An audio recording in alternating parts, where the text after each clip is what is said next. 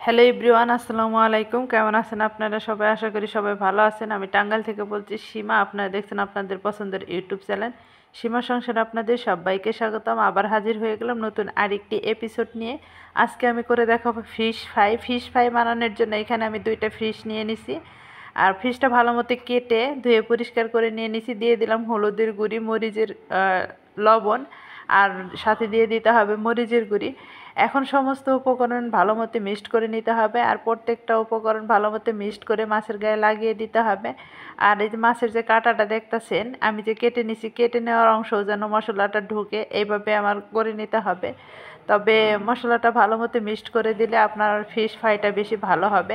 একদম মুচমুচে করে এই ফিশ ফ্রাইটা করে দেখাবো। আর লবণ মরিচটা ভালো মতো মিক্সড করে নিব।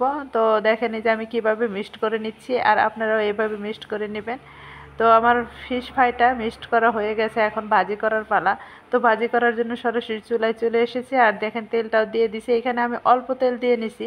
অল্প অল্প তেলে আমি ফিশ ফ্রাইটা করে নেব, কারণ বেশি তেলে করতে গেলে দেখবেন যে মুসমুসে হবে না। তো আমি কিন্তু বারবার তেল দিয়ে নেব, একটু একটু উল্টিয়ে নেব আর তেলটা দিয়ে নেব। তবে প্রথম অবস্থায় আমি তেলটা কমিয়ে নিয়ে নিছি।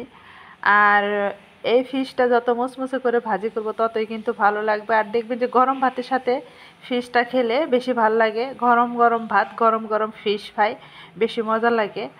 তো দেখেন এই যে এক পিঠ মনে হয় হয়ে আসছে, এখন আমি উল্টিয়ে নিব। এই পিঠ ও পিঠ করে একটু লালচে কালার করে ভাজি করে নিব, তাহলে দেখবেন যে ফিশ ফ্রাইটা বেশি মুচমুচে লাগবে, খেতেও ভালো লাগবে। তো দেখেন এই যে এখানে আমি উল্টিয়ে নিছি। উল্টিয়ে নেওয়ার পরেই কিন্তু আবার তেলটা দিয়ে দিচ্ছি। তেলটা কমিয়ে কমিয়ে দিতে হবে, আর কমিয়ে কমিয়ে দিলে বেশি ভালো হবে ফিশ ফ্রাইটা। তো এখানে আমি 2টা নিয়ে নিছি ফিশ, আর একটা ছোট একটা বড় এরকম করে করে নিছি। তো ওই এপিট ওপিট করে দেখেন উল্টিয়ে এইভাবে ভাজি করে নিলাম, আর লালচে কালারও হয়ে আসছে। মরিচের পরিমাণটা অনেকেই দিতে চান না মাছ ফিশ ফ্রাইতে, আর ফিশ ফ্রাইতে মরিচের পরিমাণটা দিলে ভাবেন যে একটু ঝাঁঝ ঝাঁঝ খুশকি আসে, সেজন্য দিতে চান না। তবে মরিচটা না দিলে কিন্তু ভালো লাগবে না ফিশ ফ্রাই।